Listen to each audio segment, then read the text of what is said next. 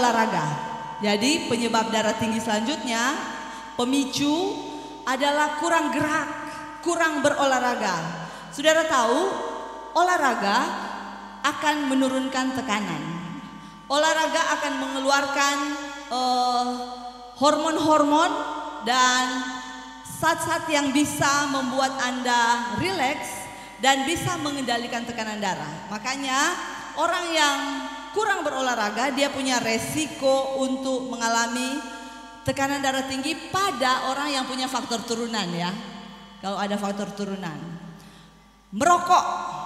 Jadi merokok itu rokok punya 200 racun dan sebagian besar dari antaranya sangat mempengaruhi pembuluh darah, bikin timbunan di pembuluh darah, dan paling bahaya adalah bikin darah menjadi kental. Jadi pada orang yang perokok darahnya kental. Saya sudah pernah banyak kali periksa. Kalau dia mau periksa asam urat, kong DP darah lama keluar, kita tanya, merokok kan Bapak ya? Biasanya perokok hebat. Kemudian alkohol. Alkohol juga menyebabkan masalah pada tekanan darah. Jadi kalau ini solusinya, berarti kalau Anda perokok, Anda punya tekanan darah, jangan merokok. Anda pakai alkohol, harus hentikan alkohol kalau Anda mau tekanan darahmu terkontrol atau mencegah. Kemudian yang kedelapan adalah riwayat darah tinggi dalam keluarga. Jadi ini kalau yang 7 tadi bisa dimanipulasi, artinya bisa dimodifikasi gaya hidupmu. Tapi kalau riwayat darah tinggi dalam keluarga itu tidak bisa dimodifikasi ya. Saya punya riwayat double, mami darting, papi juga. Jadi saya siap-siap. Kalau somo 50, kenapa somo 50? 50 hormon estrogen akan turun drastis. Hormon estrogen itu pelindung wanita. Jadi biasanya kalau wanita dengan riwayat darah tinggi, walaupun dia jaga dengan pola makan, dia di 50 akan cenderung mengalami kenaikan tekanan pada orang dengan riwayat. Tapi kalau dia jaga betul-betul pola hidupnya, dapat dicegah walaupun Anda punya faktor turunan. Kemudian usia tadi, semakin tua semakin rentan ya. Kalau laki-laki, kalau perempuan nanti 50 setelah menopause. Tapi kalau laki-laki masih lebih muda lagi. Makanya laki-laki yang seringkali mati muda karena serangan jantung pada darah tinggi itu biasanya di 40-an laki-laki. Tapi kalau sudah di 50-an lebih perempuan. Penyakit-penyakit pencetus. Jadi kalau ada gula, ada penyakit ginjal, namanya GNA, glomerulonefritis akut, itu bikin darah naik. Terus hipertiroid atau gondok dalam, itu bikin darah tinggi, dan beberapa penyakit yang lain. Stres, ya. Jadi kalau orang yang banyak stres, dia juga punya resiko untuk mengalami darah tinggi. Makanya serahkanlah segala kekhawatiranmu kepadanya, sebab dia yang memelihara kamu. Jangan tanggung itu stres sendiri. Ada dia yang akan membantu menanggungnya. Serahkan itu Anda punya stres kepada pengendali alam semesta. Saya yakin dia bisa mengendalikan dan menjadi jalan keluar dari semua masalah. Kemudian pil KB. Pada yang pakai pil atau suntikan hormon KB hormonal, Anda punya resiko lebih tinggi untuk mengalami darah tinggi. Nah sekarang, apa makanan pada diet pada orang yang darting ya? Harus rendah garam tadi, rendah lemak. Jadi rendah lemak itu orang darah tinggi jangan makan daging, ikan, telur, seafood. So enggak boleh. Orang darah tinggi kurang boleh makan sayur rebus, sayur kuah, makan buah-buahan, makan makanan tinggi kalium. Masih ingat tadi apa makanan tinggi kalium saya bilang? Pisang, apalagi pisang Ambon, terus semangka, kuah kelapa muda, katimu Jepang. Katimu Jepang paling bagus untuk mengontrol tekanan. Jadi kalau Anda ada darah tinggi, katimu makan, katimu Jepang, nanas, semangka, mesti hari-hari di menu. Deng pisang Ambon. Mar di sini sedikit mahal kan. Terus perbanyak sayur-sayuran berdaun, kacang-kacangan dan buah-buahan. Nah, bagi yang ada hipertensi, Anda harus coba itu Daniel Challenge, tantangan 10 hari Daniel. Masih ingat apa DP tantangan? Daniel 1 ayat 12, ujilah hamba-hambamu selama 10 hari. Berilah kami sayur untuk dimakan dan air untuk diminum. Jangan makan lain, coba jangan makan cookies, jangan makan snack-snack, jangan makan lain-lain. Coba cuma 10 hari, sayur-sayuran segar tambah nasi sadiki dan air putih saja. Coba, lalu Anda kembali. Ini bukan cuma untuk penyakit darah tinggi, saudara. Ini hampir semua penyakit. Dari penelitian bahwa makanan terbaik adalah plant-based, berbasis tumbuh-tumbuhan. Makan sayur-sayur, buah-buahan, biji-bijian. Ingat doa Yesus ya, saya senang sekali karena Yesus titip satu doa yang membuat saudara dan saya sebenarnya nyandak kena sakit, nyandak dapat darah tinggi, nyandak dapat lain-lain, yaitu berikanlah kami pada hari ini makanan kami yang secukupnya. Ada orang mungkin pikir, oh Tuhan Yesus engkau jahat, kenapa cuma secukupnya? Padahal Tuhan Yesus bermaksud supaya saya dan saudara apa? Sehat. Tahukah saudara bahwa banyak sekali penyakit diderita oleh orang hanya karena makan yang berlebihan. Makanya saya senang sekali dengan Tuhan kita yang maha kasih. So kasih resep, berikanlah pada kami pada hari ini makanan kami yang secukupnya. Tuhan maha baik. Semoga tips malam ini bisa menolong saya dan saudara untuk mengendalikan tekanan darah dan lebih mengasihi Allah. Tuhan memberkati kita. Ada pertanyaan tadi dong. Ada yang bisa jawab? 2 manfaat tertawa yang saya sudah bagikan tadi malam. Boleh maju.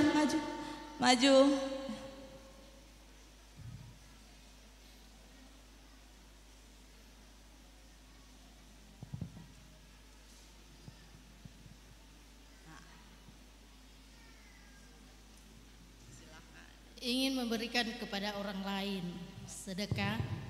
Manfaat tertawa apa? Senyum.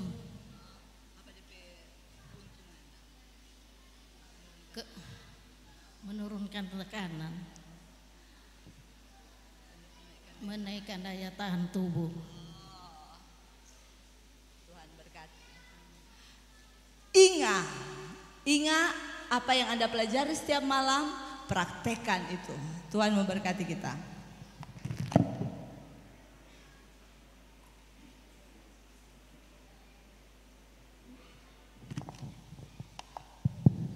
Terima kasih kepada Dr. Grace Rompaswilar yang sudah membawakan seminar kesehatan.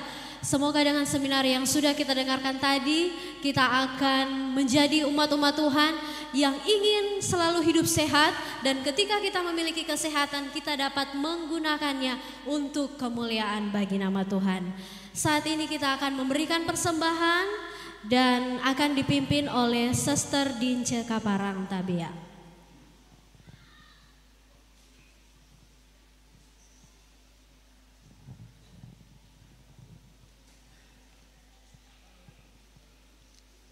Bapak Ibu, saudara sekalian, marilah kita memberikan persembahan sebagai ungkapan rasa syukur kita kepada Tuhan. Tapi sebelumnya saya akan membacakan bacaan persembahan yang terdapat di dalam Amsal pasal 3 ayat 9 dan 10. Muliakanlah Tuhan dengan hartamu dan dengan hasil pertama dari segala penghasilanmu, maka lumbung-lumbungmu akan diisi penuh sampai melimpah-limpah, dan bejana pemerahanmu akan meluap dengan air buah anggurnya. Mari berdoa.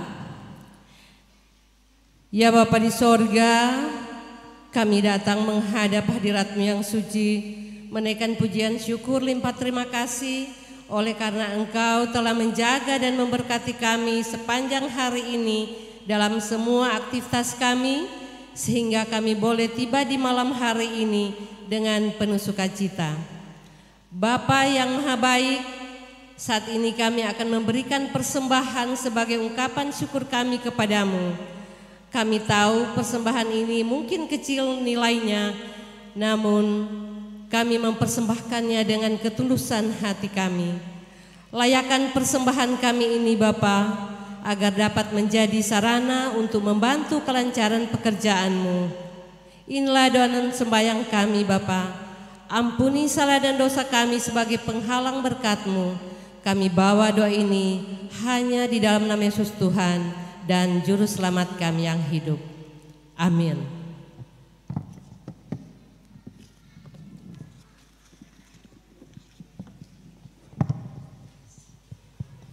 Sambil persembahan dijalankan, kita memuji Tuhan dalam lagu Sion nomor 248, Ku Kasih Padamu.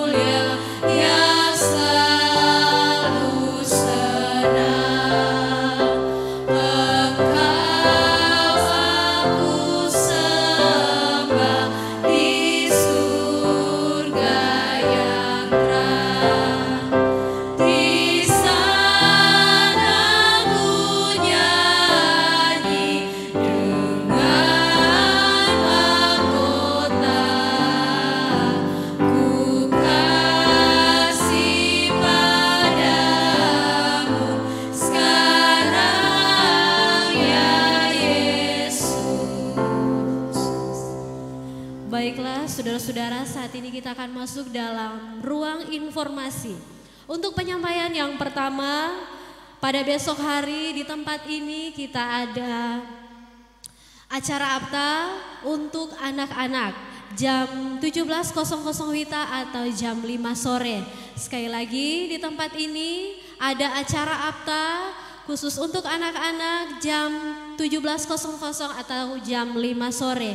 Diharapkan bagi saudara-saudara yang mempunyai anak-anak agar supaya dapat dibawa ke tempat ini untuk dapat mengikuti acara APTA, terlebih khususnya untuk saudara-saudara kami yang tinggal di sekeliling Bangsal KKR kami undang untuk dapat datang membawa anak-anak. Mohon partisipasi dan bantuan dari orang tua masing-masing untuk dapat mempersiapkan anak-anak dalam acara APTA.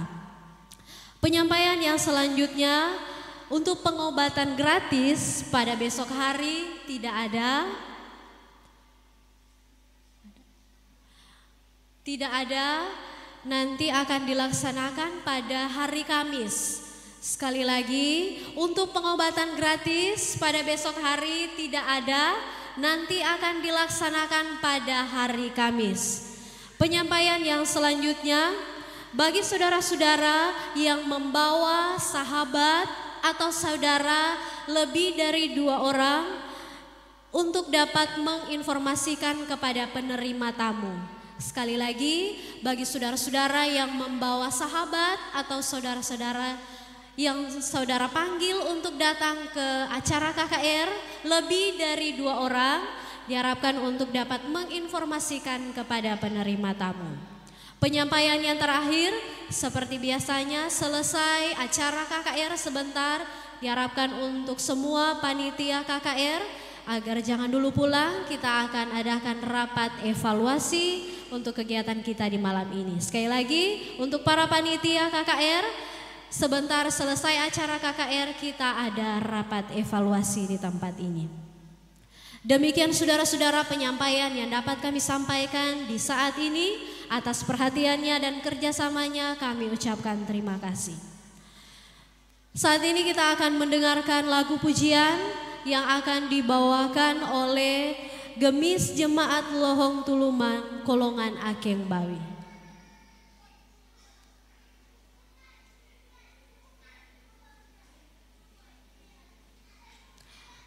Sekali lagi lagu pujian dibawakan oleh Gemis Jemaat Lohong Tulumang Kolongan Akeng Bawi.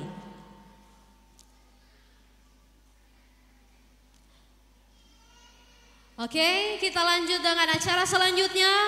Oleh karena kasih Allah, cuma sebelah ini Baswara. Ulang. Oleh karena kasih Allah, kita diselamatkan.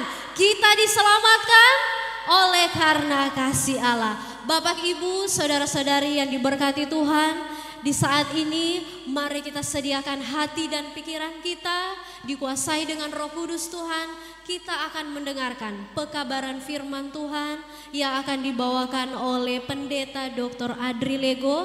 Untuk itu jemaat sekalian diundang berdiri, kita menyanyi dengan lagu tema kita di dalam lagu Sion nomor 73, Kasih Allah. Kita akan nyanyikan ayatnya yang pertama dan refnya akan dinyanyikan 2 kali.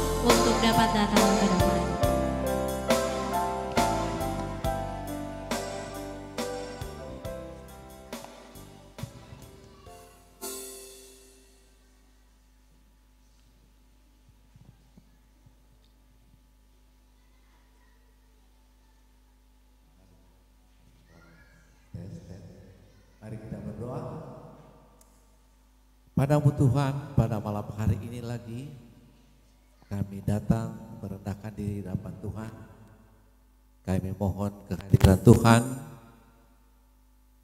di tempat ini teristimewa dalam hati kami dan juga dalam pikiran kami untuk mengerti akan firman-Mu dan juga dengan kuasa Roh-Mu juga kami boleh menghidupkannya dalam hidupan kami tiap-tiap hari sekarang dan seterusnya. Terima kasih atas kehadiran-Mu sekali lagi Tuhan. Kiranya apa yang kami buat di tempat ini adalah untuk hormat dan kemuliaan nama-Mu saja. Terima kasih Tuhan sudah mendengar doa kami. Oleh karena kami sudah berdoa di dalam nama Yesus yang sudah menjadi Tuhan dan penebus kami. Amin.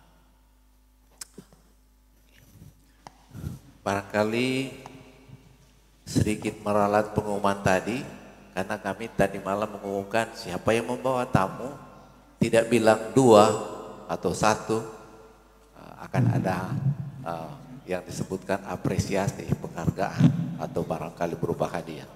Jadi ini ralatnya, bukan 2 tapi teman atau kawan, sahabat, tetangga yang dibawa yang tidak hadir malam-malam sebelumnya. Oke, terima kasih. Malam ini seperti apa yang saya sudah bawakan tadi malam, saya ingin untuk melanjutkan, ya. Saya ingin untuk melanjutkan karena memang tentunya dalam KKR ini pembahasan yang kita bawakan dari malam ke malam tentunya berhubungan satu dengan yang lain. Ya. Jadi malam hari ini kita akan melanjutkan pembahasan kita ini. Itu Alkitab.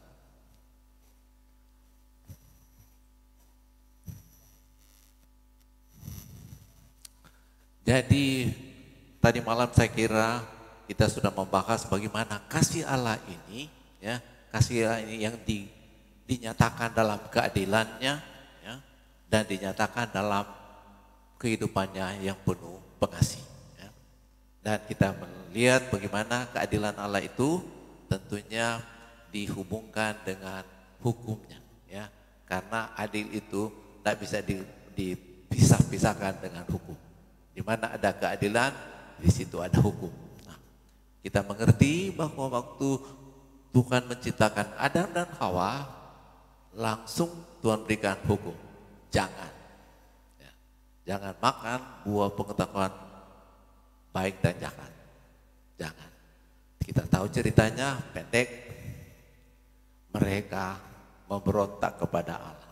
Mereka tidak mau dengar, ya, hukum Allah, perintah Allah. Dan mereka berdosa. Karena dosa mereka, apa yang sudah katakan pada waktu kamu makan, kamu akan mati.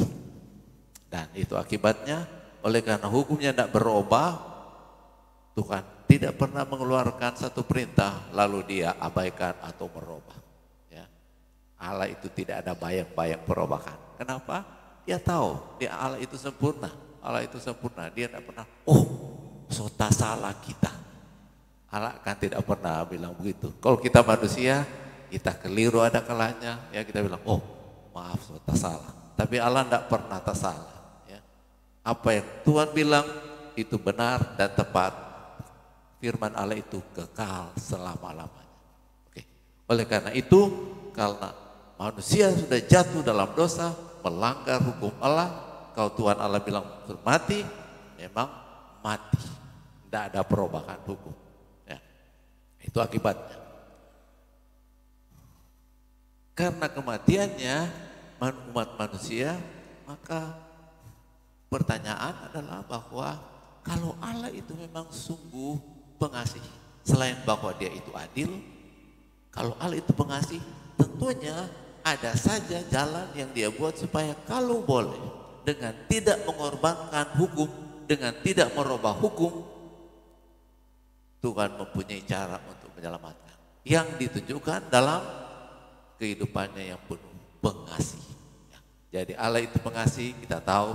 Karena demikianlah Allah mengasihi isi dunia ini sehingga dikaruniakannya seorang yang pengasih selalu harus memberi, mengaruniakan. Dikaruniakannya anak yang tunggal, ya, Yesus. Ya. Karena kenapa tempatnya sudah berubah? Oleh karena Yesus yang tadinya hidupnya suci dan benar, dan oleh karena hidupnya yang suci dan benar, layak dia untuk bilang, aku inilah hidup. Tapi bagaimana caranya supaya kita boleh hidup? Ayat-ayat kita sudah baca tadi malam, Roma 5 ayat 20, Roma 5 ayat 8, 1 Korintus 5 ayat 21, jelas menunjukkan, dan ayat-ayat yang lain yang menunjukkan bahwa oleh karena keberdosaan kita, Yesus yang suci dan benar dalam kehidupannya yang tidak berdosa menggantikan tempat. Dalam hal apa menggantikan tempat? Mati. Jadi gantinya kita manusia yang mati, Yesuslah yang sudah mati, pindah tampah, ya. Dan kematian Yesus itu adalah menunjukkan bahwa Allah itu adil. Yesus mati menunjukkan keadilan Allah. Yesus mati juga akan menunjukkan Allah itu pengasih. Jelas. Jadi inilah cara Tuhan membuat keselamatan atau menyediakan keselamatan bagi kita umat manusia. Pertanyaannya,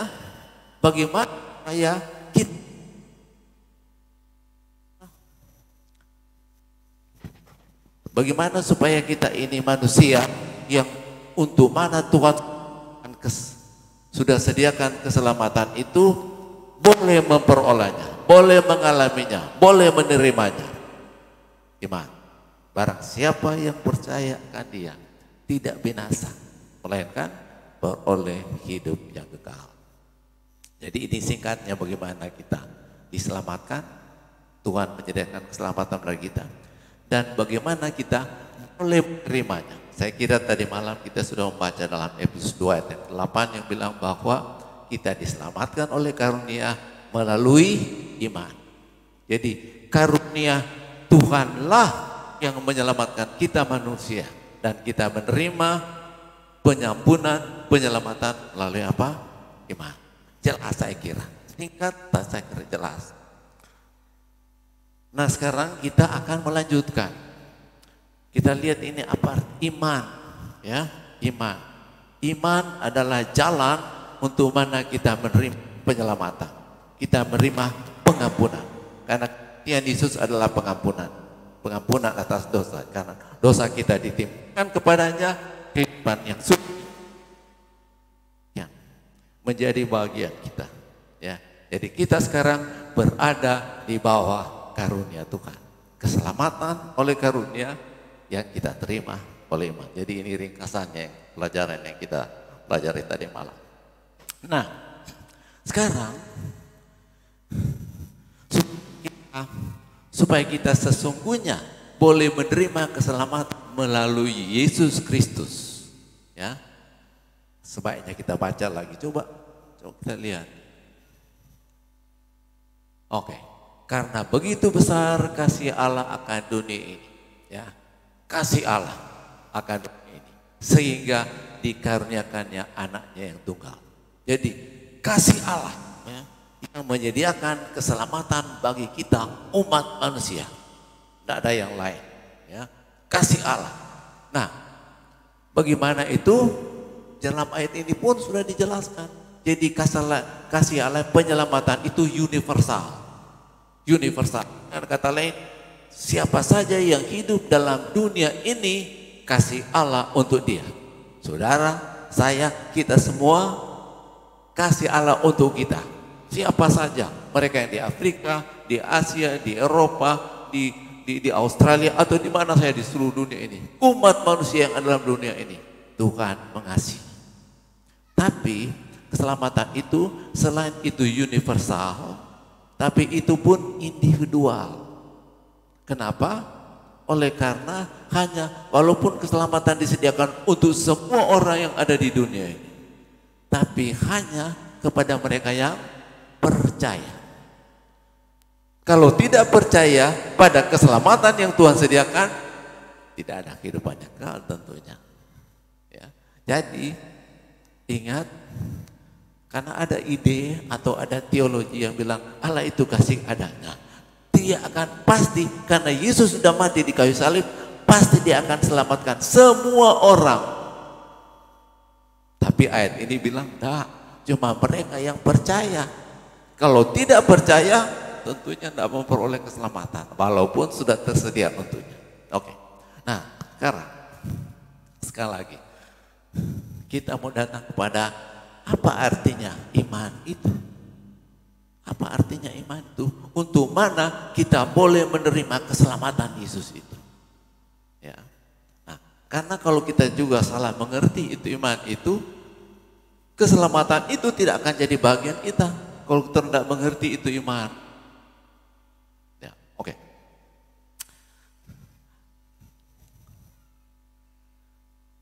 Sebab karena kasih karunia kamu diselamatkan oleh iman.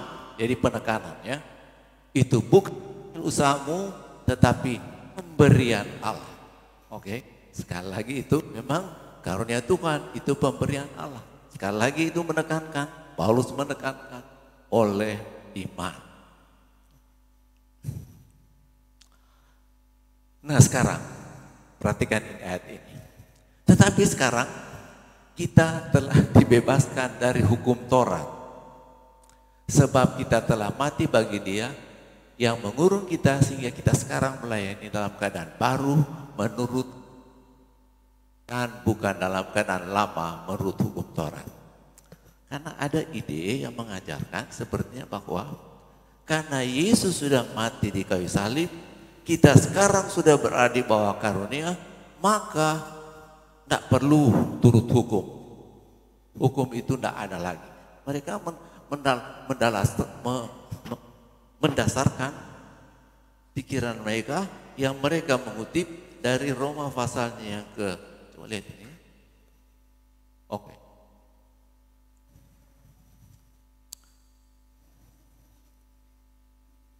Roma yang ke-7 ayatnya ke-6.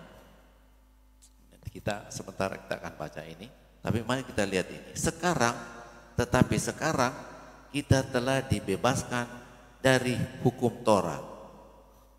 Nah, ini dia bilang. Roma 7 ayat yang ke-6. Tetapi sekarang kita telah dibebaskan dari hukum Taurat. Apa artinya ini? Mereka atau ada yang mengartikan bahwa kita sudah dibebaskan dari hukum Taurat. Jadi itu artinya soalnya ada hukum Taurat. Itu pengertiannya. Kalau soalnya tidak ada hukum Taurat, bagaimana mau tahu apa itu keadilan? Ya, tentunya keadilan akan tidak ada. Kita ketahui itu keadilan Allah kalau tidak ada hukum. Ya. Karena organisasi apa saja, kalau tidak ada hukum, kita tidak tahu mana yang salah dan mana yang benar. Ya, tentunya. Nah, kalau begitu sebenarnya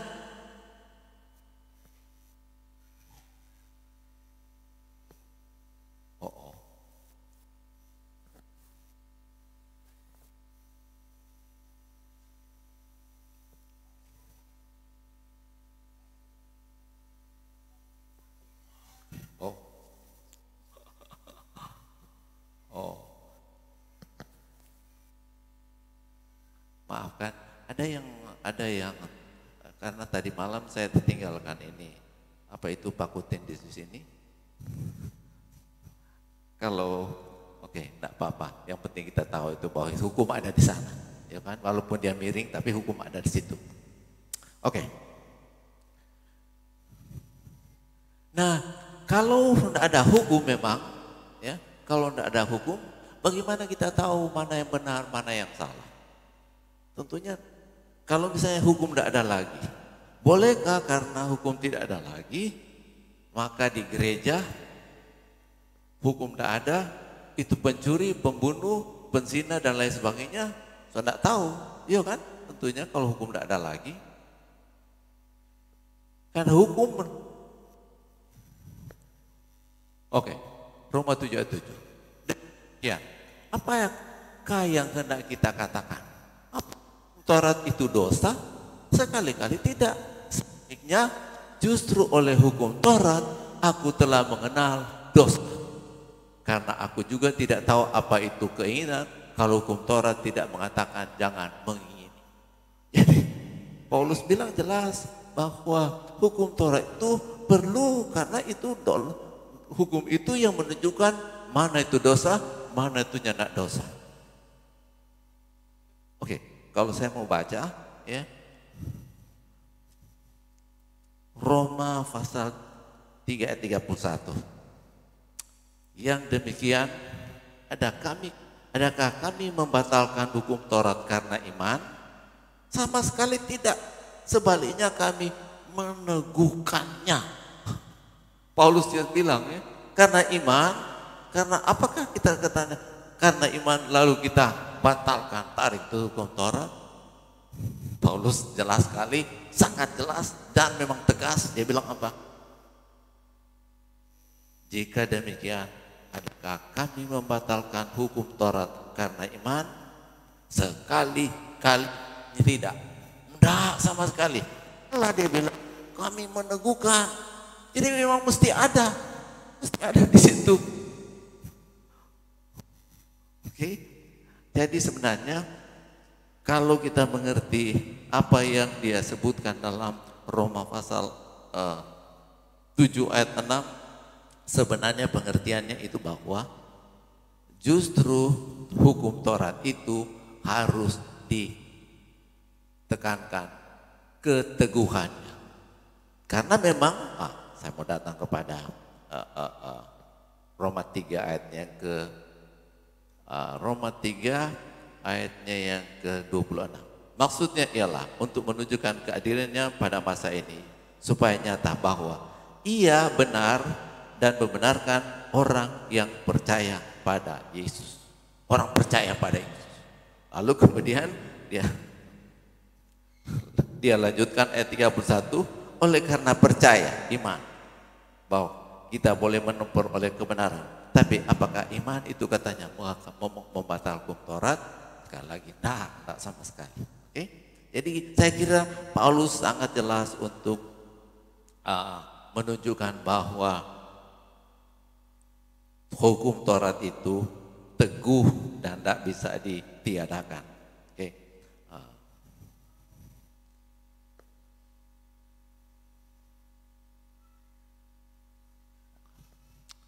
Nah, karena ini bicara dosa, ya, dosa itu memang sangat ada hubungannya dengan hukum. Ya. Mari kita baca sekali lagi ini, bacalah lagi ayat ini yang dituliskan oleh Rasul Yohanes. Setiap orang yang berbuat dosa melanggar juga hukum Allah. Sebab dosa ialah pelanggaran terhadap hukum Allah. Ya.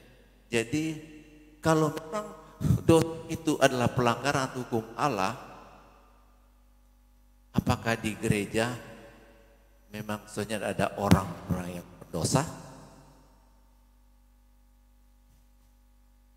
Apakah di gereja sudah bisa ditunjukkan mana itu dosa? Tentunya tidak, ya. Ya di gereja misalnya Tuhan Yesus bilang kalau orang yang berbuat dosa harus didisiplin. Matius 16, ya. Orang disiplin artinya bahwa kalau dia berbuat dosa harus didisiplin, ya, dipecat kalau dalam bahasa yang lain. Ada yang disebutkan ekskomunikasi. Tapi itu memang aturan Tuhan. Karena memang memang ada yang Alkitab katakan murtad. Jadi walaupun tadinya seseorang yang sudah menerima Yesus, dia bisa murtad. Apa artinya murtad? Karena dia berbuat dosa lagi. Oke? Jadi soal penurutan pada hukum sekali lagi, karena hukum itu menunjukkan dosa, maka tetap hukum itu ada. Selama dunia ini ada, hukum pasti ada. Karena walaupun sudah dalam gereja sekalipun, tetap itu dosa harus dibilang, jangan berbuat dosa lagi. Yesus waktu dia datang kepada seorang wanita, ya, Maryam, sesudah dia ampuni dosanya, dia bilang, mulai sekarang ini jangan berbuat dosa lagi. Dengan kata lain, mulai sekarang ini turutlah hukum. Karena dosa artinya pelanggaran terhadap hukum. Yesus tidak berbuat dosa dan tipu tidak ada di dalamnya. Yesus tidak berbuat dosa. Artinya apa? Yesus adalah penurut hukum. Ya kan? Yesus tidak berdosa. Dengan kata lain, Yesus tidak melanggar hukum.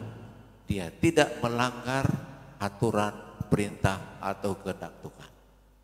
Kalau Yesus itu dia tidak berdosa, ya, kita ini, ya, waktu diselamatkan oleh karunia, kita juga harus hidup benar.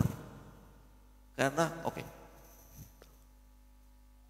Yohanes 15 ayat 10. Jikalau kamu menurut perintahku, kamu aku tinggal dalam aku, seperti aku menurut perintah Bapakku yang tinggal dalam kasih-Nya. Yesus waktu dia ada tempatnya di sini karena dia itu adalah karunia Tuhan. Waktu dia tinggal atau gambaran atau bentuk karunia Tuhan, Allah maksudnya, Yesus dia hidup benar. Hidup benar. Kita sudah baca itu, ya, waktu yang tadi malam.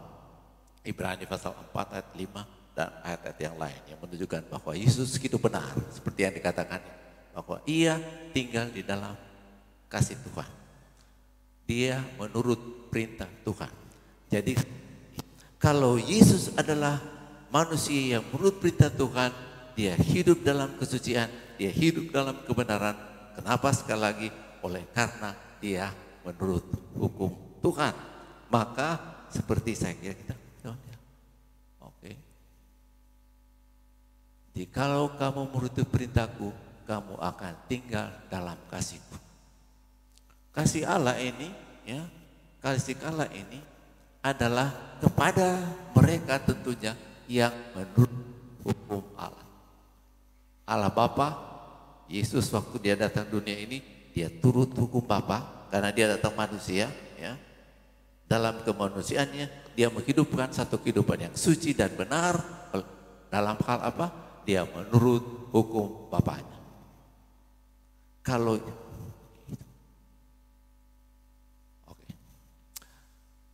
Tuhan tidak lalai menepati janjinya. Sekalipun ada orang yang menganggapnya sebagai kelalaian, tapi ia sabar terhadap kamu karena ia menghendaki supaya jangan ada yang binasa, melainkan supaya orang berbalik dan bertobat. Jadi, jika segala sesuatu itu akan hancur secara demikian, betapa suci dan salehnya kamu harus hidup. Jadi, kalaupun kita berada di bawah karunia, kita harus suci dan benar. Kita harus hidup saleh. Kita harus hidup suci, yang artinya kita harus menurut hukum-hukum Tuhan.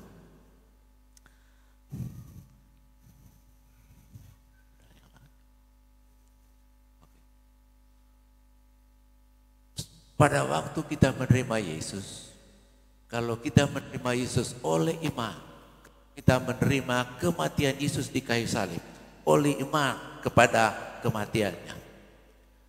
Tuhan sebenarnya meminta kita untuk apa? Dia bilang, jikalau kamu mengasihi aku yang sudah mati karena kamu akan menurut segala perintah.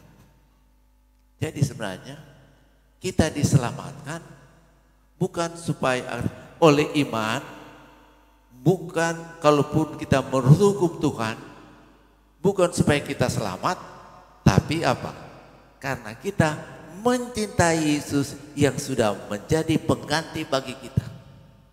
Jadi penurutan kepada 10 hukum Tuhan, hukum-hukum Tuhan, bukan supaya saya selamat. Kalau saya tidak mencuri, kalau saya tidak membunuh, berzina, merampok dan lain sebagainya, bukan supaya saya buat itu supaya saya peroleh selamat. Nah, kita sudah diselamatkan oleh iman, dan karena kita sudah beriman kepada Yesus yang sudah mengasihi kita,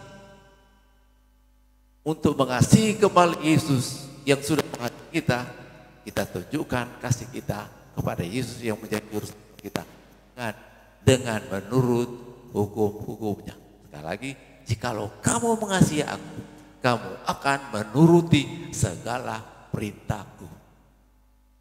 Jadi kalau kita katakan kita beriman, tapi kalau kita tidak menurut perintah Tuhan, menurut perintah, kita sebenarnya tidak mengasihi Tuhan. Jelas kan saya kira. Jadi kalau saja kita hanya mengatakan saya beriman kepada Tuhan, tapi kalau tidak menurut hukum Tuhan, berarti kita tidak mengasihi Tuhan. Iman kita harus ditunjukkan dalam mengasihi Tuhan. Mengasihi Tuhan ditunjukkan dalam apa? Menurut hukum-hukumnya. Jadi sekali lagi jangan salah mengerti. Kita menurut hukum Tuhan, kita menjadi tidak pencuri, tidak pembunuh, tidak berzinah. Oleh karena apa? Kita mencintai Tuhan yang sudah menjadi juru selamat kita. Bukan supaya kita jadi selamat, tidak demikian. Kita sudah diselamatkan oleh iman, maka dengan demikian kita menurut Tuhan. Oleh karena kita mengasihinya. Ya, jadi jangan itu hal yang banyak orang sering hilaf dalam hal ini. Oke, nah kita mau lihat lagi itu iman itu. Iman kalau kita baca buku Yakub ada dua macam iman. Iman setan dan iman yang benar. Ya, karena memang banyak hal ada satu kata contohnya bisa ada yang palsu, ada yang benar. Di mana saja sekarang ini kalau kita lihat ada palsu, benar. Yang palsu itu seperti kelihatan benar, tapi sebenarnya tidak benar. Ya. Nah iman pun yang seperti itu. Ada iman, tapi ada iman yang palsu, ada yang benar. Iman palsu itu adalah iman dari setan. Mari kita baca ini ayat ini. Oke. Yakobus 2 ayat 19 dan 20. Aku percaya bahwa hanya ada satu Allah saja. Itu baik. Percaya itu baik. Tetapi setan-setan pun juga percaya akan hal itu dan mereka gemetar. Tapi pun yang kita mau tunjukkan di situ bahwa setan katanya juga apa? Percaya. Setan itu ya kalau percaya kita samakan dengan iman. Ada iman dari setan. Tapi dia cenderung menggunakan kata percaya oleh karena memang betul dia percaya kepada Tuhan. Kenapa? Dia di surga dulu baru dia datang di dunia ini. Dia tahu bahwa Allah Tuhan, dia percaya memang Tuhan ada. Tapi waktu di surga, sesuai dengan buku Wahyu bilang, dia pemberontak pada Tuhan. Tidak menurut hukum Tuhan. Tapi dia percaya bahwa ada Allah Tuhan. Dan untuk itu memang dia bergumul melawan Tuhan. Pekerjaannya di dunia ini adalah mencari orang-orang pengikutnya yang mau melawan Allah. Yang tidak percaya kepada Tuhan, bahkan juga yang tidak menghukum Tuhan. Itu pekerjaan setan. Jadi di belakang sini ya. Ayat 18. Tetapi mungkin ada yang berkata, padaku ada iman, padaku ada perbuatan. Dan aku menjawab dia, bukanlah kepadaku imanmu itu iman tanpa perbuatan. Dia bilang, tunjukkanlah kepadaku imanmu itu tanpa perbuatan, dan aku akan menunjukkan kepadamu imanku dari perbuatan-perbuatanku. Jadi Rasul Yakub dia bilang bahwa kalau kita betul-betul mempunyai iman, tunjukkanlah imanmu katanya melalui apa? Perbuatan-perbuatan. Perbuatan dalam hal ini kalau kita datang kepada ayat-ayat sebelumnya, kalau kita lihat ya. Oke. Dengarkanlah hai saudara-saudara yang kukasihi. Bukankah Allah memilih orang-orang yang dianggap miskin oleh dunia ini untuk menjadi kaya dalam iman, ya, kaya dalam iman, dan menjadi ahli waris kerajaan yang telah dijanjikannya kepada barang siapa yang mengasihi dia. Ingat, mengasihi dia bagaimana? Barang siapa yang mengasihi aku, turutlah hukum-hukum. Oke. Jadi dia waris kerajaan yang telah dijanjikannya kepada barang siapa yang mengasihi. Yang mereka itu katanya, mereka itulah yang menjadi kaya dalam iman. Menjadi kaya dalam iman. Siapa yang menjadi kaya dalam iman kayak ini ya? Oke. Perhatikan ayat 8 dan 9. Akan tetapi, jikalau menjalankan hukum utama yang tertulis dalam kitab suci, kasihilah sesama manusia seperti dirimu sendiri, kamu berbuat baik. Tetapi, jikalau kamu memandang muka, kamu berbuat dosa dan oleh hukum itu menjadi nyata bahwa kamu melakukan pelanggaran.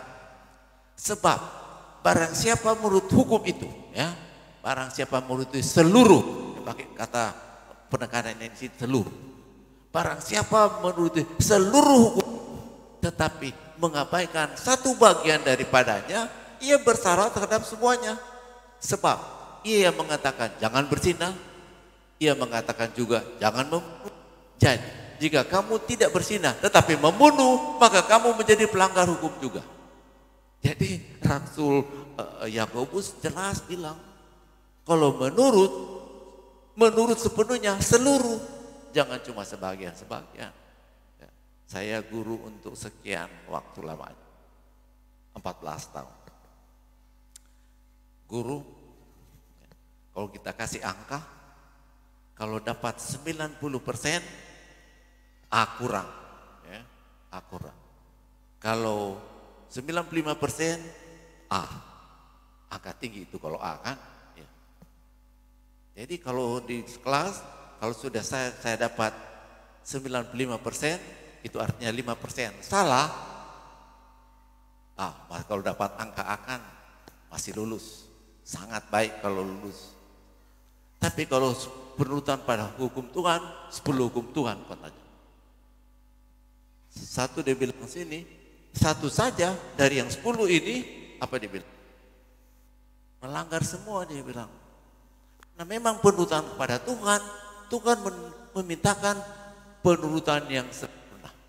Tuhan memintakan hati yang sepenuhnya untuk menurut Tuhan. Jangan cuma 90% atau 95% ataupun 99%. Penurutan kepada Tuhan itu penurutan yang harus sempurna. Seluruh. Itu yang Rasul Yakobus bilang. Jadi barangkali orang boleh tanyakan, orang punya kehidupan waktu-waktu yang lalu. Kalau kita beriman kepada Tuhan, untuk menunjukkan iman kita, iman yang kaya yang disebutkan tadi, iman yang ditujukan pada menuruti kepada seluruh hukum Tuhan. Jadi orang yang beriman, sekali lagi, adalah orang yang menurut seluruh hukum Tuhan. Bukan cuma sebagian-sebagian. Bukan seperti dalam kelas, kalau 90% betul, benar, secukup.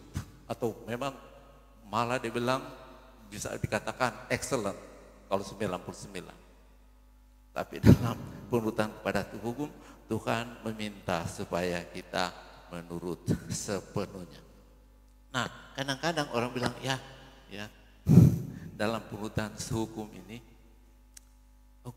bilanglah barangkali boleh juga dirubah sedikit-sedikit. Tapi sekali lagi hukum Tuhan itu, sedangkan Tuhan tidak bisa rubah, apalagi kita manusia mau merubah. Kadang-kadang kita dengar ya sepertinya kita datanglah pada salah satu dari hukum yang perlu memang diperhatikan. Karena dari hukum ini, hukum yang keempat, penyebabnya banyak orang ateis. Penyebab banyak orang yang tidak percaya kepada Allah. Penyebabnya banyak orang yang tidak mempedulikan agama. Oleh karena mereka melalaikan ini hukum yang keempat. Hukum yang keempat dalam 10 hukum, dan hukum 10 hukum itu memang sebenarnya dasar hukum yang barangkali kita bisakan yang paling rendah. Karena dari hukum ini contohnya saja. Jangan membunuh. Apa artinya jangan membunuh? Alkitab juga katakan, kalau orang benci kepada orang, sudah itu membunuh. Benci kepada orang, sesama orang, sesama saudara. Kalau kita benci, Alkitab bilang bahwa kita juga sudah membunuh.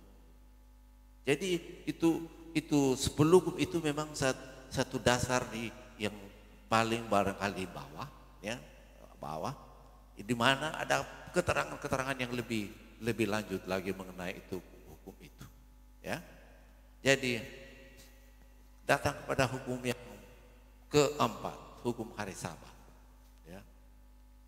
Kalau saja semua orang memang percaya pada buku Kejadian pasal 1 dan pasal 2.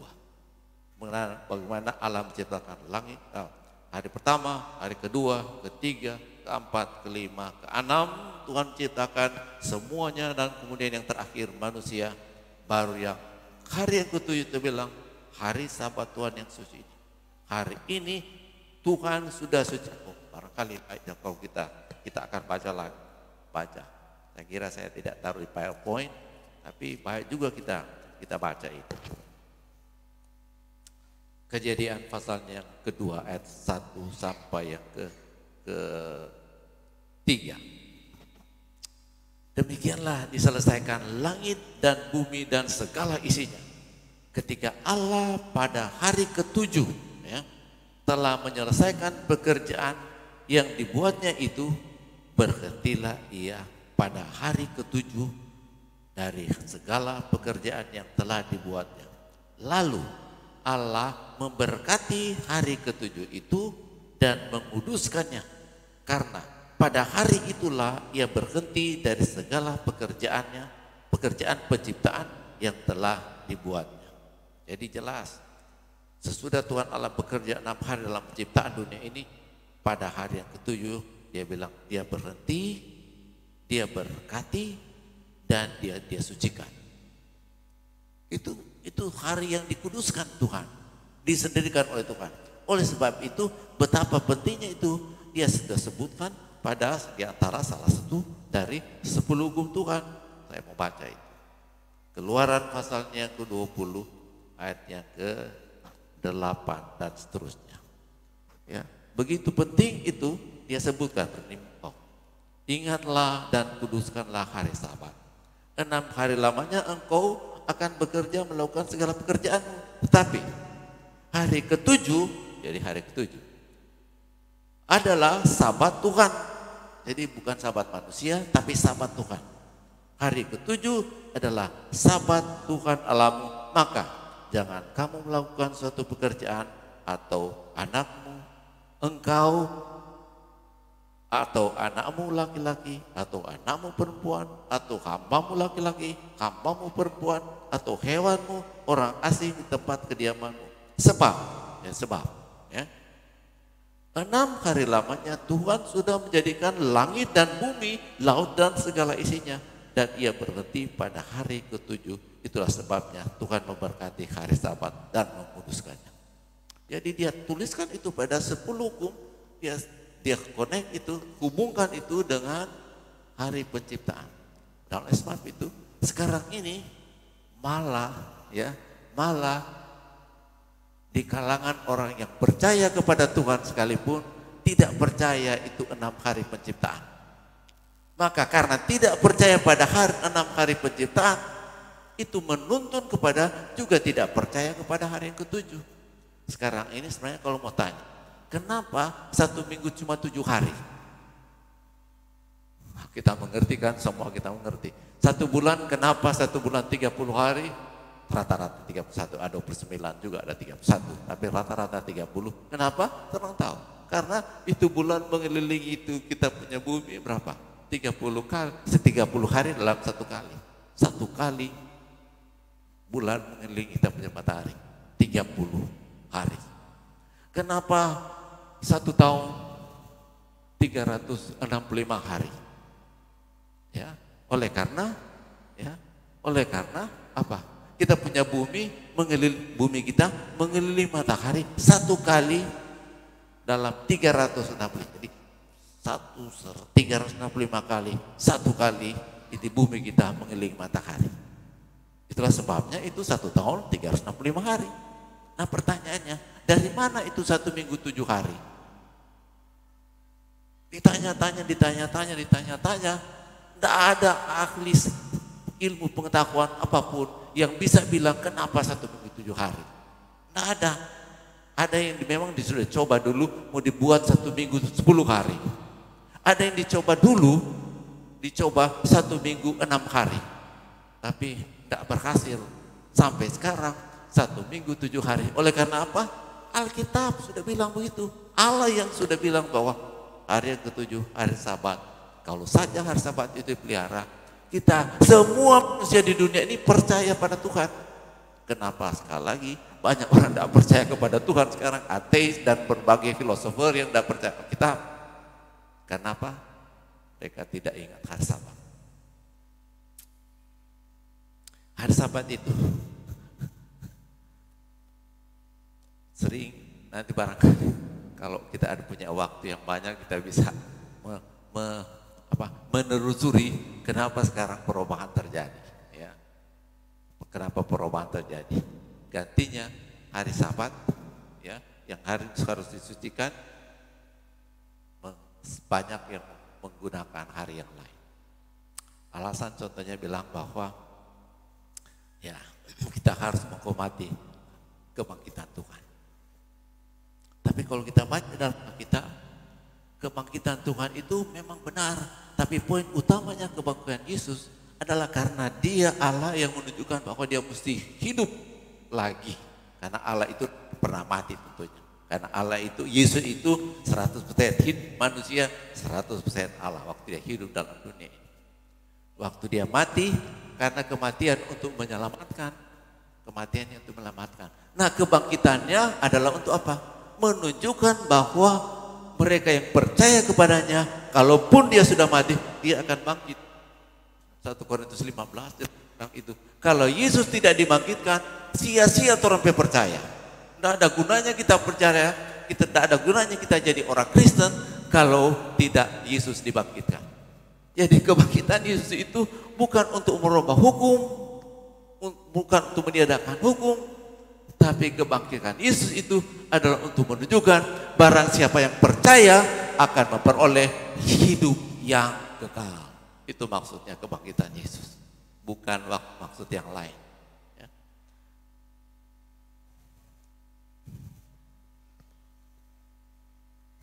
Nah sekarang kita sudah lihat bagaimana itu Tuhan melihat itu hari Sabat itu perlu diingat supaya orang ingat akan Allah yang menjadi pencipta.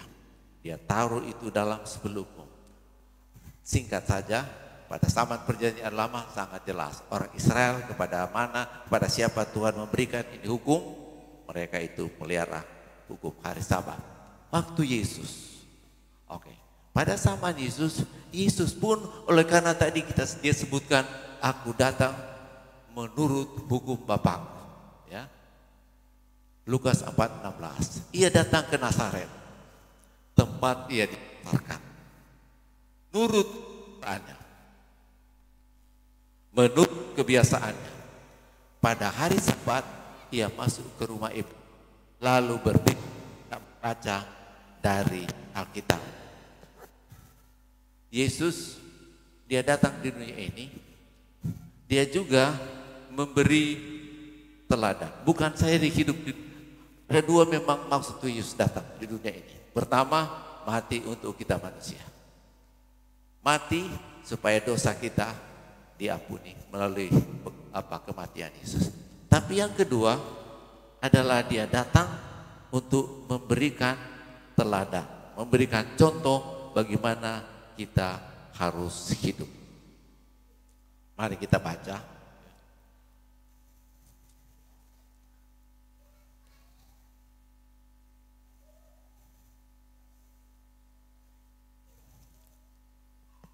Satu Petrus pasal 2 ayatnya yang ke-21. Sebab untuk itulah kamu dipanggil. Kamu ya, dalam hal ini orang-orang yang percaya kepada Tuhan. Untuk itulah kamu dipanggil. karena Kristus pun telah menderita untuk kamu, ya, yang telah meninggalkan teladan bagimu. Jadi Yesus selain dia menderita, ya, di kayu salib, mati, ganti kita, tapi dia bilang meninggalkan teladan bagimu supaya kamu mengikuti jejaknya. Jadi teladan Yesus, kita sebagai orang Kristen tentunya kita menjadi pengikut Yesus, tentunya begitu kan? Ya, itu pengertian artinya, pengertian yang singkat dari Kristen, pengikut Kristus. Jadi Yesus sekali lagi dia datang di dunia ini untuk mati bagi kita. Tapi itu hal yang pertama dan yang terutama. Tapi yang kedua juga yang terutama adalah dia memberi teladan. Teladannya apa? Di antaranya ini. Karena ini dibilang apa? Kebiasaannya pada hari Sabat dia kemana? Rumah ibadat. Pada hari Sabat. Ada beberapa ayat yang bicara dalam Alkitab tentang Yesus masuk rumah sembahyang pada hari Sabat. Lalu kata Yesus kepada mereka, hari Sabat diadakan untuk manusia dan bukan manusia untuk hari Sabat. Jadi anak manusia adalah juga Tuhan atas hari Sabat. Kenapa dia mesti katakan itu? Karena tentunya kita tahu ceritanya ini terdapat dalam cerita di mana pada hari Sabat Yesus bersama murid-muridnya melewati ladang gandum pada hari Sabat. Diceritakan dari Markus pasal 2 ini bahwa murid-murid lapar. Jadi mereka mulai petik gandum dan mulai menggiling gandum di tangan mereka lalu makan. Orang-orang Farisi lihat, oh ini lihat ini murid-murid Yesus melanggar hukum hari Sabat. Hari Sabat tidak boleh memetik, tidak boleh menggiling itu di tangan mereka dan makan. Jadi mereka menuduh Yesus, penuduh Yesus melanggar hari Sabat. Yesus dia bilang, hei, hari Sabat diadakan untuk manusia, bukan untuk hari Sabat. Bukan manusia untuk hari Sabat. Nah, kenapa dia sebutkan itu? Saudara, kalau misalnya kita pelajari itu hukum-hukum Yahudi, untuk soal hari Sabat, bagaimana memelihara hukum hari Sabat, mereka membuat aturan-aturan supaya itu seperti kedengaran motifnya bagus, supaya orang betul-betul pelihara hukum hari Sabat. Maka mereka membuat hukum-hukum, aturan-aturan yang tidak terdapat dalam Alkitab. 1521 hukum tentang bagaimana caranya memelihara hari Sabat. Oh, banyak sekali. 1521 supaya mencegah supaya jangan pelihara hari Sabat. Jadi contohnya bagi saya ini contohnya saya ada punya sapu tangan. Jangan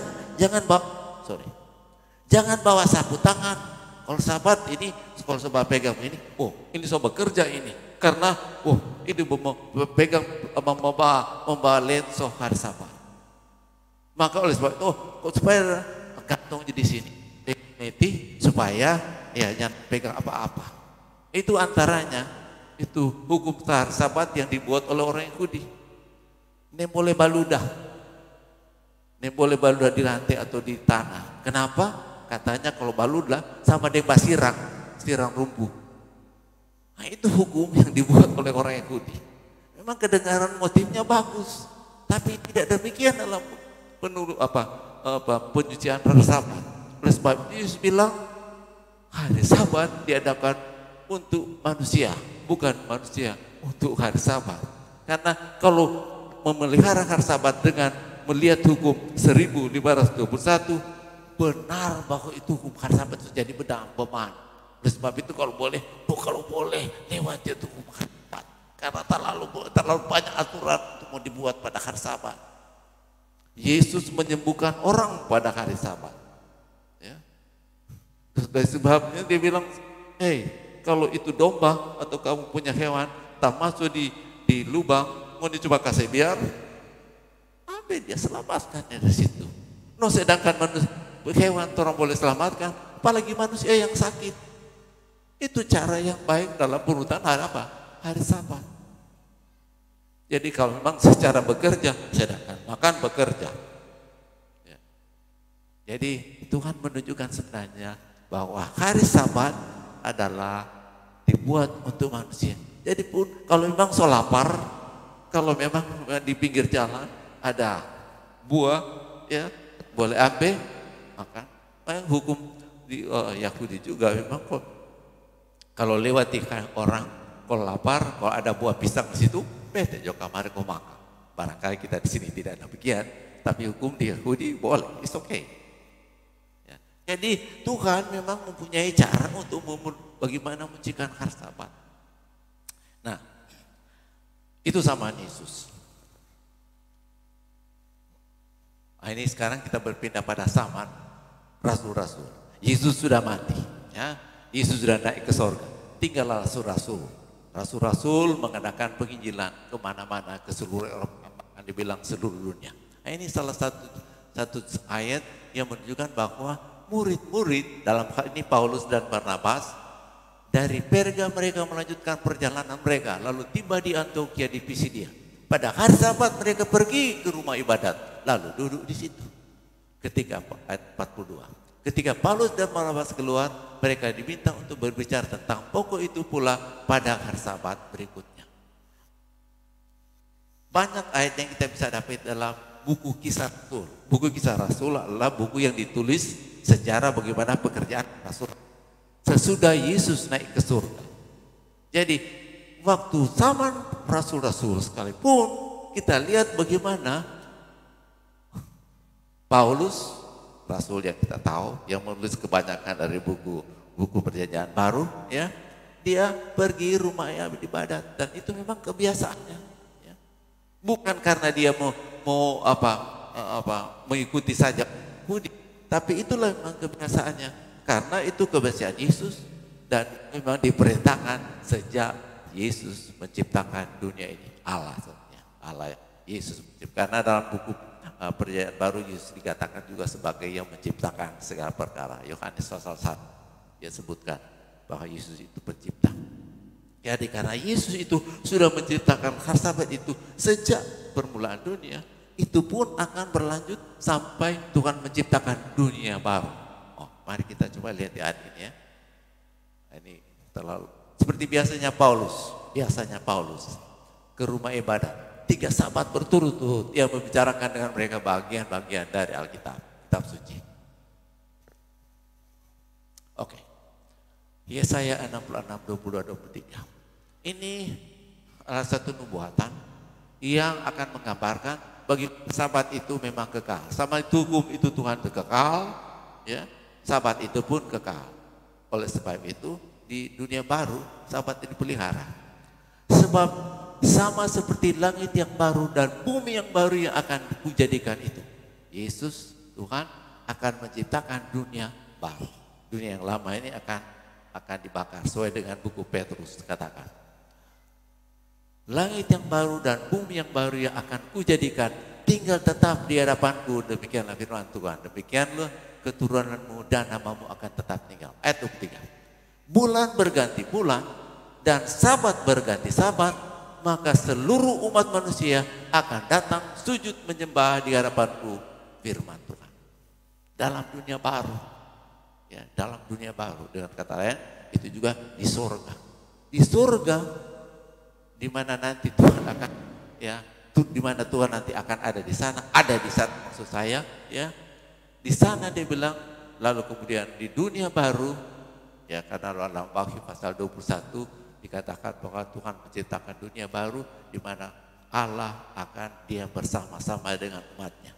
Nah, dalam dunia baru itu dibilang sekali lagi, Sabat berganti Sabat, seluruh umat manusia tentunya yang diselamatkan akan datang untuk sujud menyembah di hadapanku, firman Tuhan. Jadi jelas hukum itu bermula sampai terakhir tidak berubah. Ya. Kalau itu tidak berubah, tidak mungkin sekarang itu berubah. Kalau yang zaman Israel atau zaman permulaan itu diciptakan, zaman Israel, zaman Yesus, zaman Rasul-Rasul, di dunia baru, tidak mungkin sekarang itu tidak ada. Itu kekal. Dan itu memang satu yang dituntut atau yang diminta. Ya.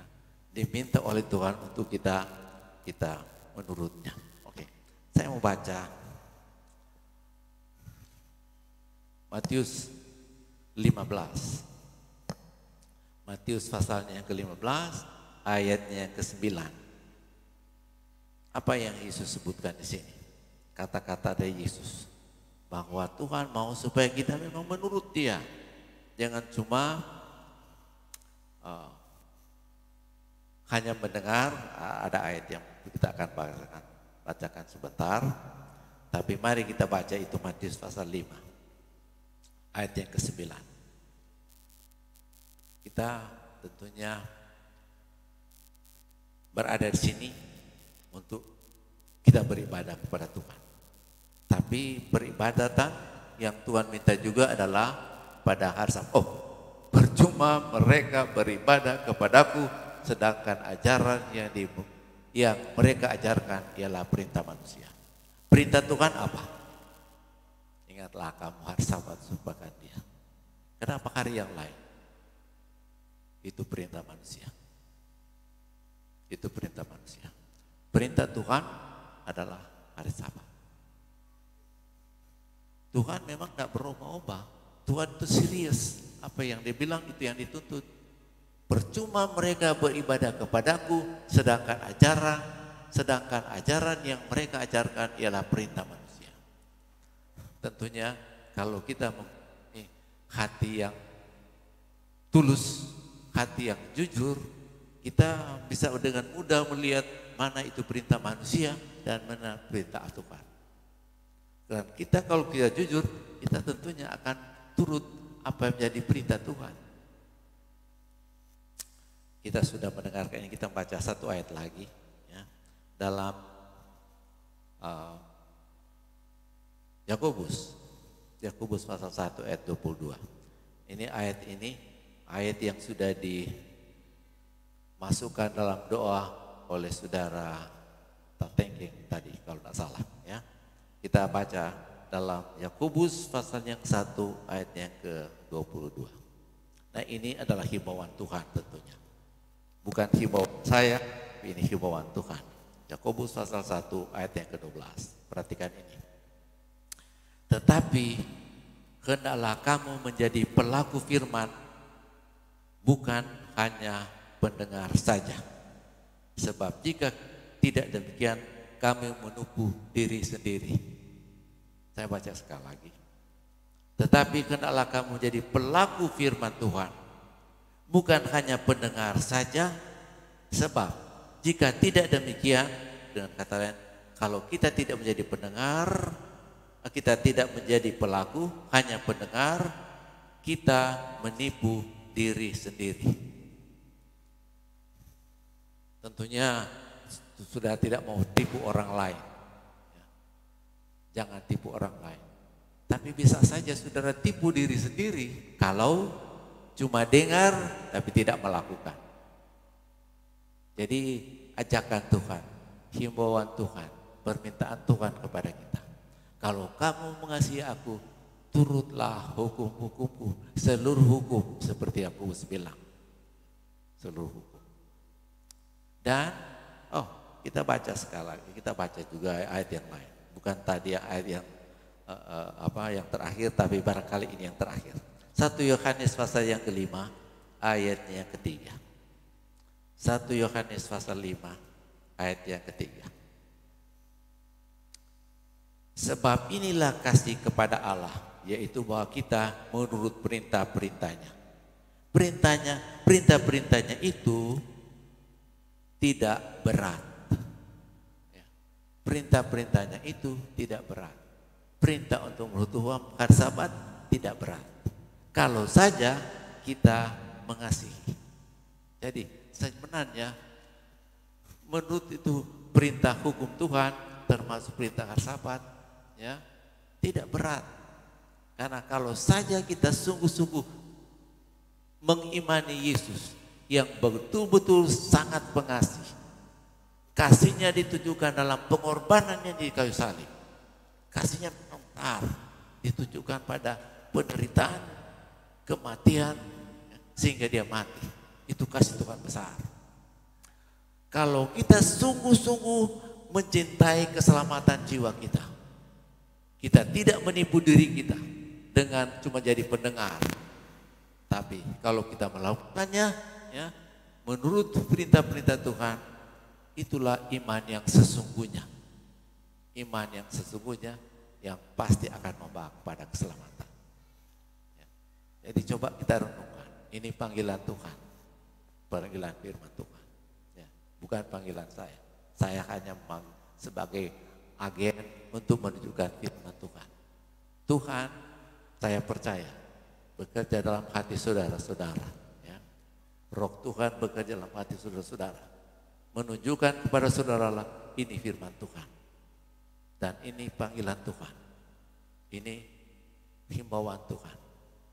Mari kita dengan rendah hati, Tuhan, kalau ini perintah-Mu, rendahkanlah hati saya untuk menurut-Mu. Karena saya mau mencintai-Mu karena Engkau mencintai saya lebih dahulu. Tuhan sudah mencintai kita lebih dahulu.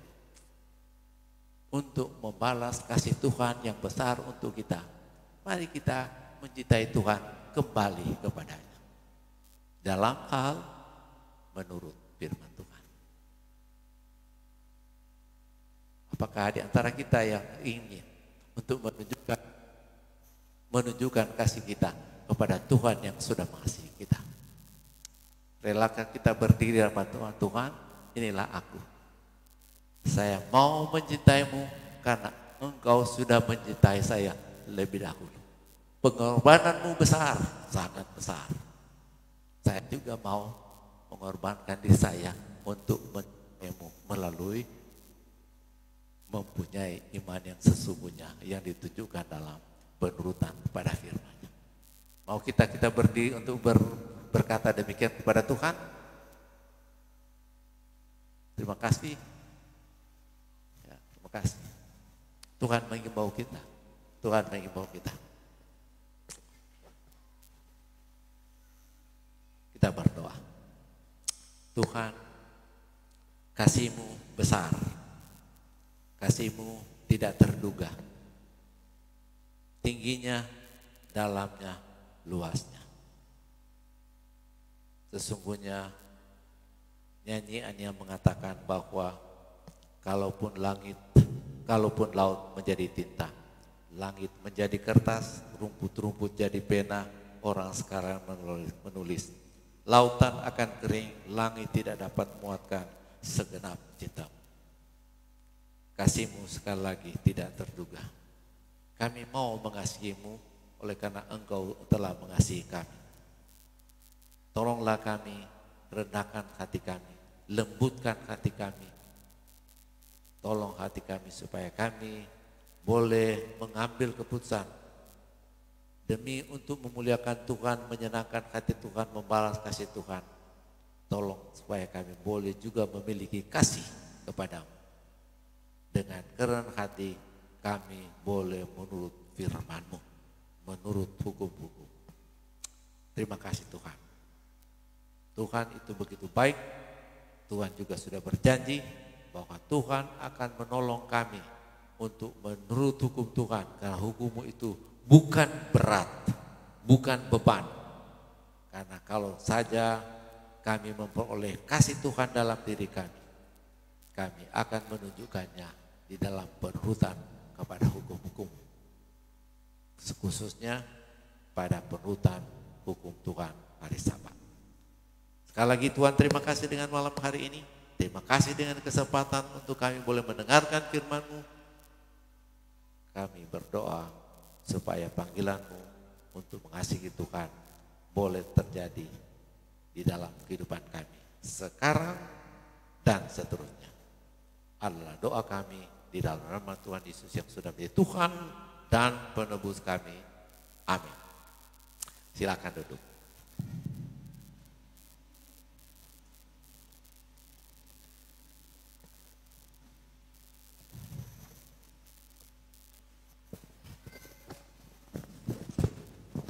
Terpujilah nama Tuhan untuk pekabaran firman Tuhan yang sudah dibawakan oleh Pendeta Dr. Adri Lego. Berapa yang mau menyampaikan terima kasih dan bersyukur untuk firman Tuhan yang sudah dibawakan oleh Pendeta.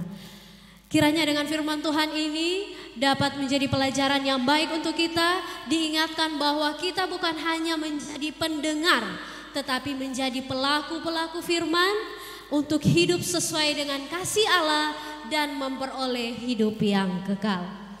Saat ini kita akan masuk dalam ruang persahabatan.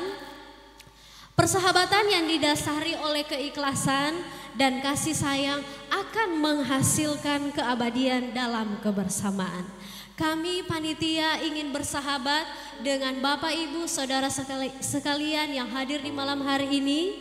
Di sini ada 15 nama yang akan kami panggil dan mohon maaf jika kami salah dalam penyebutan nama. Ketika kami memanggil nama saudara-saudara diharapkan untuk bisa datang ke depan.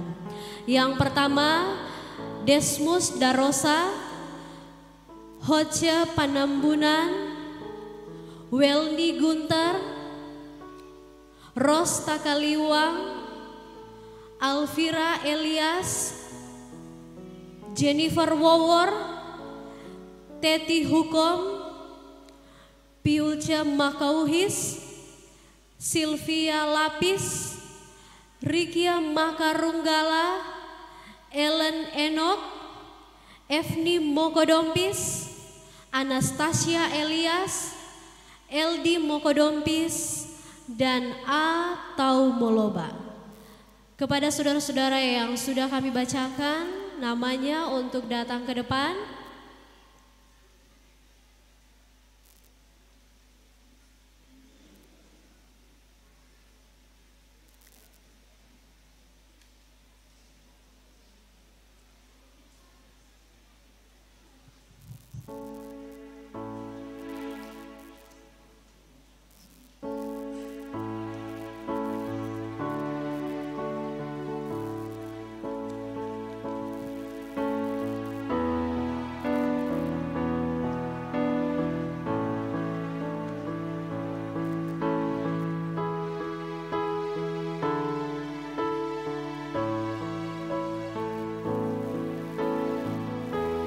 Kami dari panitia akan memberikan hadiah berupa buku, yaitu buku Harapan pada Masa Sulit.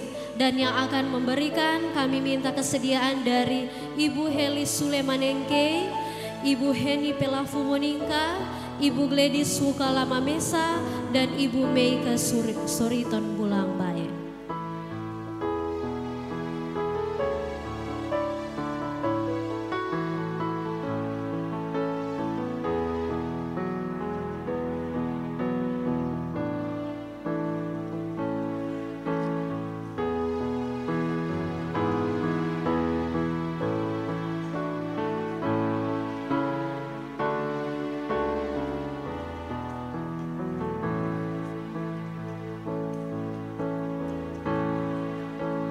Kami sangat mengharapkan dengan buku yang sudah diterima ini Bapak Ibu Saudara sekalian bisa membacanya.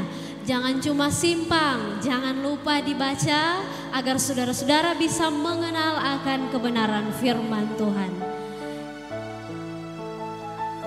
Selanjutnya kami juga akan memberikan kenang-kenangan untuk tamu yang hadir di malam hari ini yang akan memberikan kami minta kesediaan dari Pendeta Warno Sule, Pendeta Roni Pelafu, Pendeta William Sukala, dan Pendeta Brusi Suriton.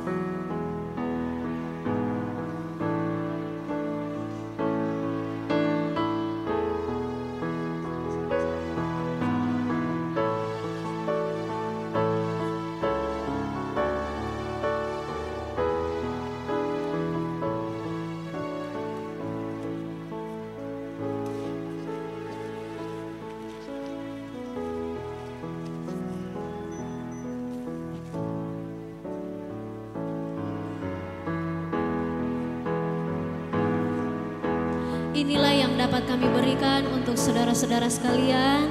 Jangan lihat dari harganya, berapa jumlahnya, tetapi lihatlah dari ketulusan hati kami untuk berbagi dengan saudara-saudara sekalian. Kiranya dengan apa yang sudah diberikan ini bisa bermanfaat bagi sahabat-sahabat kami.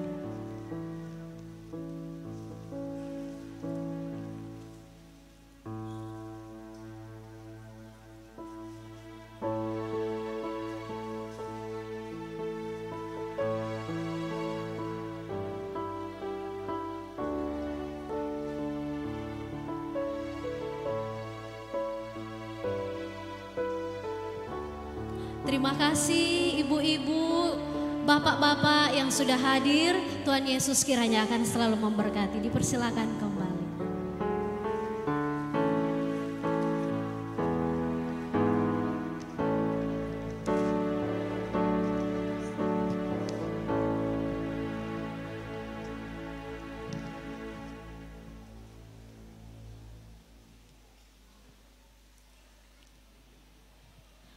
Oleh karena kasih Allah,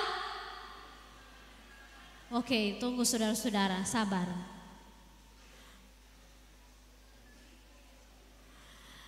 Oleh karena kasih Allah, kita diselamatkan, masih semangat, torang mau menyanyi ulang haleluya puji Tuhan. Dan akan dibagi 3 bagian.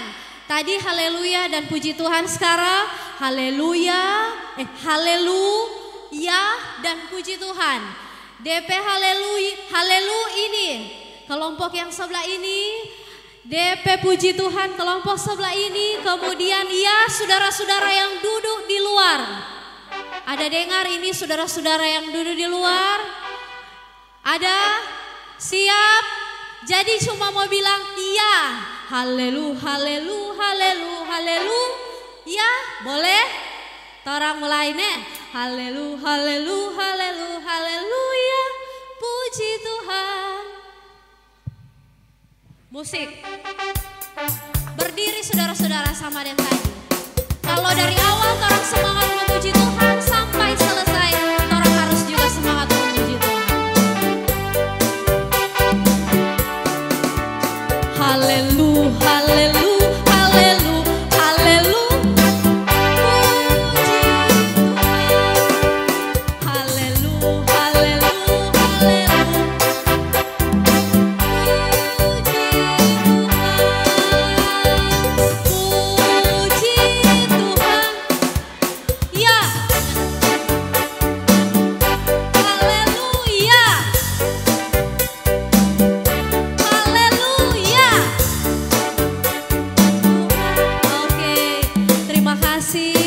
Saudara yang diberkati Tuhan, dengan berakhirnya haleluya puji Tuhan, seluruh rangkaian acara kebaktian kebangunan rohani di malam hari ini, di malam yang ketiga telah berakhir. Kami mau mengucapkan terima kasih banyak untuk kehadiran kita sekalian yang sudah hadir di malam hari ini. Kami masih mengundang Bapak Ibu Saudara sekalian, sahabat-sahabat untuk bisa datang pada besok hari di malam yang keempat dalam acara KKR Kebaktian Kebangunan Rohani di malam yang keempat. Saudara-saudara yang diberkati Tuhan, kiranya kita akan selalu diberkati, dilindungi dan dijaga oleh Tuhan. Kami mau mengucapkan selamat malam, marun semaha sikite kebi. Shalom.